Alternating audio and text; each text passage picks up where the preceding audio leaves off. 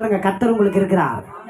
உங்களை பலப்படுத்த, உங்களை திடப்படுத்த, உங்களுக்கு உதவி செய்ய, உங்களுக்கு தயவு செய்ய கர்த்தர் இருக்கிறாரு.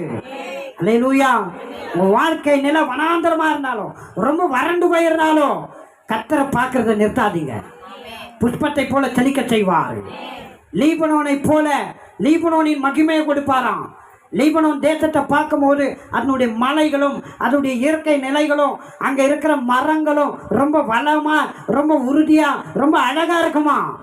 அவைகள் எல்லாம் அந்த தேசத்துக்கு மகிமையாக இருந்ததான். நான் சொல்கிறேன், கர்த்தர் உங்கள் வாழ்க்கையில் நிறைய நன்மைகளை கொண்டு வந்து உங்கள் வாழ்க்கையை மகிமையை மாற்ற போகிறாரு. அல்லேலூயா. நிறைய வளங்களை, நிறைய செழிப்பை உங்கள் வாழ்க்கையில் கொண்டு வந்து உங்கள் வாழ்க்கையே லீபனோனின் மகிமையை மாதிரி மகிமையை மாற்ற போகிறாரு. அந்த தேசத்தை மாதிரி நான் உங்களை அலங்கரிப்பேன் அப்படின்றாரு. அல்லேலூயா. ரொம்ப வறண்டு போயிருக்கிறீங்களா? கட்டும் வெளியா இருக்கா வாழ்க்கை?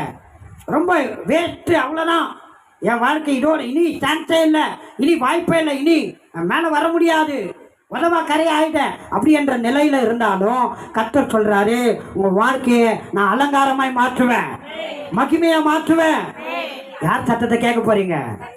ஆண்டவர் உங்களை அலங்கரிக்க போறார், உங்களை மகிமைப்படுத்த போறார், உங்களை கனப்படுத்த போறார், உங்களை மேன்மைப்படுத்த போறார், உங்களை சாட்சியா நிறுத்த போறாரு, அடையாளமா நிறுத்த போறாரு.